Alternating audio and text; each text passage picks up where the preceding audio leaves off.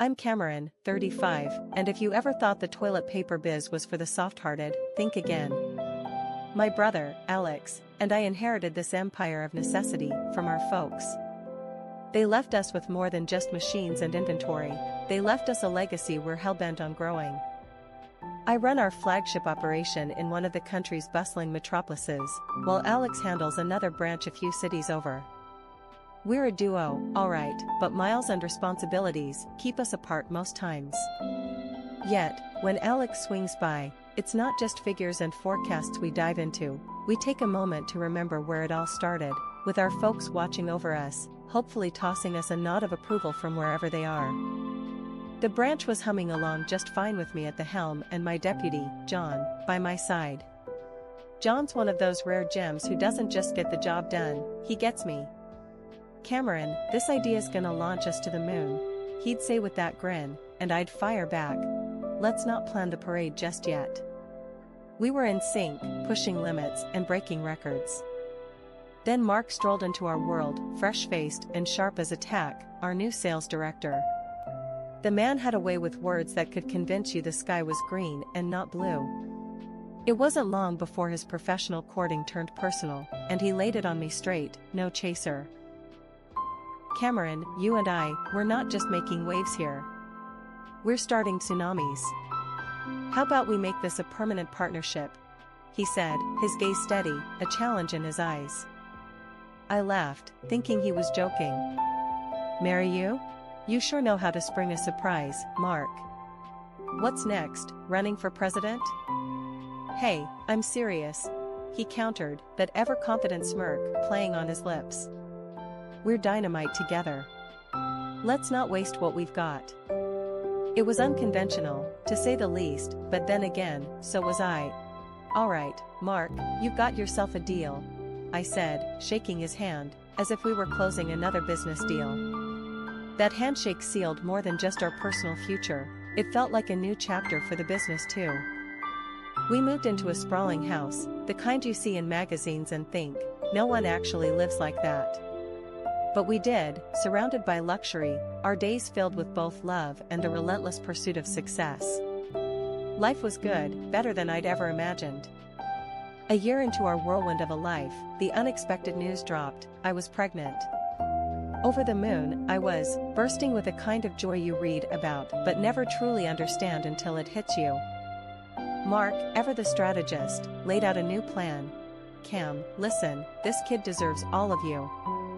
How about you take a step back from the hustle? Just for a bit. His words hit me sideways. Step back? And do what, Mark? Sit around talking to my belly? He chuckled, that smooth operator. Not just that. You'll prep for the MVP's arrival. It's temporary. I'll keep you in the loop on everything, promise. Something about the way he said it, with that calm certainty, made me cave. Alright, but you better not turn my branch into a circus, I said, half joking, half serious. Mark took over the reins at the branch, and I embraced the pregnancy journey, but it wasn't all smooth sailing. The clinics became my second home, every visit, every checkup adding to the anxiety. 6 months down the line, moving around got tougher. My body wasn't mine anymore, and even driving felt like a marathon effort. Guess it's just you and me, little one, I'd say, patting my belly, settling into this new, slower pace of life. But Mark, his hours got crazier. Nights at the office turned into routine, his voice over the phone always laced with exhaustion. Babe, it's slammed here. Might have to pull another all-nighter. Worry not at me, but Mark had this way of smoothing over any concern. Don't you stress, Cam. It's all for us, for our future. Just focus on you and the baby. I wanted to believe him, really did. But each "don't wait" up chipped away at something, leaving me tossing and turning, wondering if this was how it was supposed to be. One evening, as I sat alone, the house too big, too quiet, I dialed him up, needing to hear that reassurance. Mark, this ain't easy, you know. Feels like I'm doing this solo. He was quick to soothe. Cam, I'm doing what's gotta be done. Trust me, it'll all be worth it. You, me, and our little one, will have the world at our feet. I hung up, comforted yet unsettled. Mark's words were the balm to my worries, but deep down, a storm was brewing, one that whispered of change and challenged the promises of a shared future. One day I was lounging on the couch, flipping through a baby magazine, when the doorbell rang. Dragging myself up, I opened the door to find Alex, looking as serious as a judge. "Alex, what's the wind blowing you here for?" I greeted him, trying to keep the surprise out of my voice. "Needed to see you, Cam. We've got a situation," he said, stepping inside without waiting for an invite. His face had that look, the one he gets when it's more than just family catch-up time. We settled in the living room, me with my feet up and him straight as a rod on the chair across. "Spit it out, then. What's up?" "It's the business, Cam. The numbers are looking grim. What's going on over there?" Alex's voice had that edge to it, the one he used when he meant business. I sighed, rubbing my belly absent-mindedly. "Mark's been handling things. Said it's all good." "Good? Cam, it's far from good. Sales are down, deliveries are a mess. What's he been doing all this time?" Alex was getting worked up, his hands flying around as he spoke. I felt a pang of worry. "He told me he's got it under control.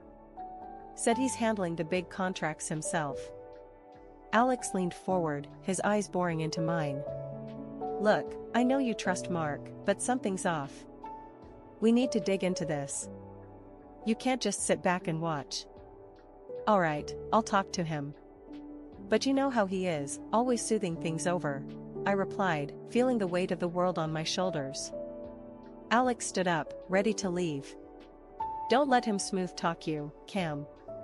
We've worked too hard to let everything slide because of whatever this is."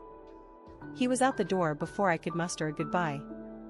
Dinner felt more like a chess game that evening. Mark was his usual self, all smiles and stories about his day at the office.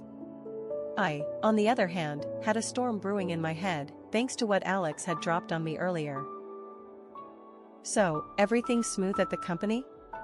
I ventured, poking at my food more than eating it. "Income steady?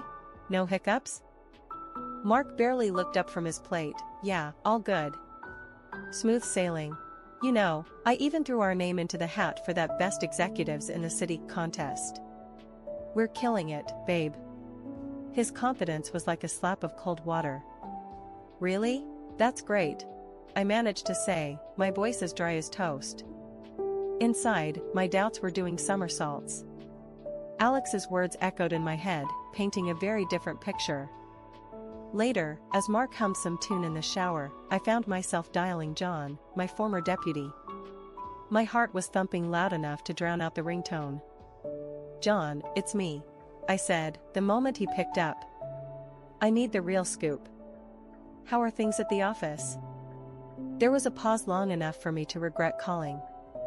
Then John's voice, hesitant. "Cameron, you really should see for yourself." "It's not. It's complicated." "Complicated how?"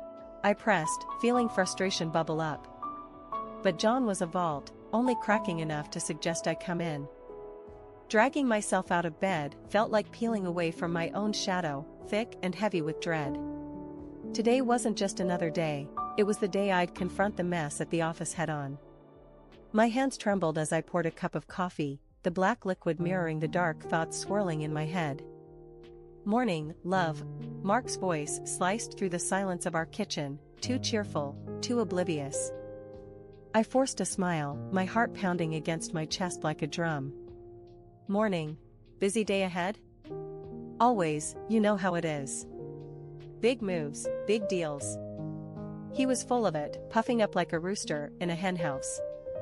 I nodded, keeping my brewing storm hidden beneath a calm facade. I waited until Mark left the house, and then got into my car. The drive to the office was a blur. My grip on the steering wheel was tight, knuckles white as bone. The closer I got, the more the reality set in. This was it. The moment of truth. John was waiting for me, his face a map of worry lines. Cameron, he greeted, his voice a low whisper, as if the walls themselves were eavesdropping. John, let's not beat around the bush. I want everything, every misplaced penny, every shady deal. It's time to clean house, I said, steeling myself against the tide that was about to break. He nodded, leading me into my office. The room felt foreign, like stepping into a stranger's life. It's bad, Cameron. Worse than we thought, he began, laying out the documents like a dealer at a crooked card game. As we pored over the numbers, the scale of the disaster unfolded. Mark's been playing fast and loose with the finances. And his team? A bunch of cronies clueless about our operations. They're bleeding us dry. John's voice was thick with disgust. Anger bubbled up inside me, a volcano ready to erupt. And the contracts? Tell me we haven't lost the Johnson account. John's silence was an answer louder than words. As the revelations about the company's state unfolded, John dropped another bombshell that cut deeper than the rest. Mark's hardly ever here, Cameron. Matter of fact, he ain't here now, he said, his voice a mix of frustration and disbelief. That piece of information hit me like a freight train. My mind raced as I pulled out my phone, dialing Mark's number. He picked up after a couple of rings, his voice echoing through the speaker. Hey, babe, what's up? Where are you? I asked, my voice steady, despite the storm brewing inside me. At the office, drowning in work. Where else would I be? He sounded casual, too casual. After hanging up, I turned to John, my resolve hardening. Don't mention this call to Mark. We play it cool until we figure out our next move. John nodded, understanding the gravity of the situation. What's the plan, boss? I took a deep breath, my mind working overtime. First, we secure our contracts. I'll reach out to the buyers, ask for a postponement where needed. We need to buy some time. After several days of sleepless nights and endless worries, the morning sun brought a grim determination. Today was the day I'd face whatever demons were lurking in the shadows of my company, of my marriage. I had arranged to meet with the private investigator I hired, someone John recommended discreetly. I found myself in a nondescript coffee shop, the kind where secrets are traded over cups of bitter brew. The PI, a gruff man with eyes that had seen too much, slid a manila envelope across the table to me. Everything you asked for is in there, he said, his voice gravelly, hinting at years of cigarettes and whiskey. I hesitated, my hand hovering over the envelope. And? I urged, needing to hear the words. He's been unfaithful, in more ways than one, the PI said, not one to sugarcoat the pill. Your husband's been playing house with someone from your company. Got the photos and everything. My heart sank, a mix of anger, betrayal, and an odd sense of vindication swirling inside. I had suspected, but hoping against hope I was wrong. Show me, I demanded, my voice stronger than I felt. He laid out the photographs like a deck of cards, each one a stab to my heart. Mark, and there she was, one of our own employees, laughing, touching, sharing moments that were supposed to be mine alone. I fought back the urge to cry, to scream. Instead, I focused on the rage, letting it fuel me. What else? I asked, my eyes not leaving the damning evidence. They've been careful, but not careful enough. Your husband's been funneling company funds too. Looks like they were planning a little getaway. The PI continued, his tone apologetic. That was the last straw. My company, my family's legacy, wasn't just a cash cow for Mark's little escapades. Thanks, I said curtly, sliding the envelope back towards me. I threw down some cash for the coffee, more than necessary, my mind racing. Back in my car, I allowed myself a moment. Just one moment of weakness where the tears could fall, where I could mourn the loss of the life I thought I had. But as the tears dried, resolve took their place. Mark and his mistress had underestimated me. They thought they could use me, my company, as their playground. They were wrong. I dialed John, my voice calm but ice cold. I need you to call a staff meeting. tomorrow morning. Everyone must attend. No exceptions. John, ever my rock, didn't ask why. Consider it done, Cameron. The drive home was a blur, my mind occupied with plans and schemes. This wasn't just about revenge, it was about justice, about righting the wrongs done to me, to my company. Mark greeted me with a smile when I got home, oblivious to the storm brewing just beneath the surface. Hey, babe, long day? I forced a smile, playing the part one last time. You could say that. Dinner smells great. We ate in silence, or rather, he talked about his day, and I nodded along, my responses automatic. The whole time, my mind was elsewhere, plotting, planning. In the cool, fluorescent light of the conference room, the air was thick with tension. I stood at the front, papers in hand, my belly prominent, a visual reminder of the personal stakes involved. John, my loyal deputy, had helped me organize this crucial meeting. The room was filled to the brim with staff, and there, amidst them, sat Mark and his mistress, their faces masks of feigned innocence. Let's get straight to the point, I began, my voice steady, despite the storm raging inside. Under Mark's leadership, this branch has faced unprecedented losses. Contracts with key partners have been breached, directly impacting our bottom line. I clicked the remote, and the graphs on the screen painted a damning picture, 7 months of steady decline. I looked directly at Mark, who squirmed under my gaze. As a result, drastic measures are necessary. Effective immediately, I am terminating the employment of those who've contributed to this downfall. The room fell silent, the gravity of my words sinking in. I continued, Mark, you're fired, for gross mismanagement and breach of trust. Then, turning slightly, I addressed his mistress. And you, for consistent absenteeism and complicity in this debacle. And also for the affair with my husband. Whispers filled the room as the mistress, her face a portrait of shock and shame, gathered her things and fled, her secret laid bare for all to see. Mark stood, his face an alarming shade of red. Cameron, you can't do this. Think about what you're doing. I met his plea with a cold stare. I have thought about it, Mark. At great length. This is the only course of action that protects the future of this company, and our child. As the meeting adjourned, staff members approached me, their expressions a mix of relief and gratitude. We're behind you, Cameron. It's good to have you back, they said, their support a balm to my frayed nerves. Mark tried to corner me as I was leaving the room. Cameron, please, let's talk about this. We can fix it. There's nothing left to discuss, Mark. You've made your choices, I replied, handing him the envelope I'd been clutching throughout the meeting. Inside were the divorce papers, already signed. His hands trembled as he took the envelope, the reality of his situation finally dawning on him. But, Cameron, No, Mark. It's over. You need to leave. Now. My voice was firm, brooking no argument. The dust had settled, the air was clear, and the wreckage of what once was lay bare before me. The company, my sanctuary, had been through a storm, but now it was time to rebuild, to restore what was lost. The morning after the revelation, I walked into the office with a different stride, one of determination and resolve. John was already there, paperwork spread out like a battle map. He looked up as I entered, a knowing nod passing between us. Morning, Cameron. Ready to start fresh?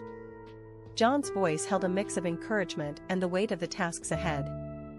I set my bag down, rolling up my sleeves. Let's get to it. We've got a mountain to climb. The first order of business was damage control. We reached out to our clients, the ones who were on the brink of walking away. I took the lead, my tone earnest, apologetic yet hopeful. Listen, I know we've dropped the ball. But I'm back in the saddle, and I'm here to make things right. I said over the phone to one of our largest clients, Mr. Thompson, not related, just a coincidence. He was hesitant, understandably so. Cameron, your company used to be top-notch. But what's happened recently? I cut in. I understand, and I'm not here to make excuses. I'm here to offer solutions. Give us a chance to prove that we're still the company you trusted." After what felt like an eternity, he sighed. "All right, Cameron. We'll give you one more shot. Don't let us down." One by one, the conversations went on, each a delicate dance of negotiation and reassurance. The relief that followed each retained client was palpable, a balm to the open wounds of betrayal. John and I then turned our attention to the team. The office was quieter now, the air missing the familiar buzz of productivity. The employees that remained were uncertain, their faith shaken. "I know you've all been through a lot," I addressed the gathered team, my voice echoing slightly in the half-empty office. "And I can't undo what's been done. But I can promise you this, we're going to come back from this stronger than ever." Murmurs of agreement filled the room, a flicker of hope igniting in their eyes.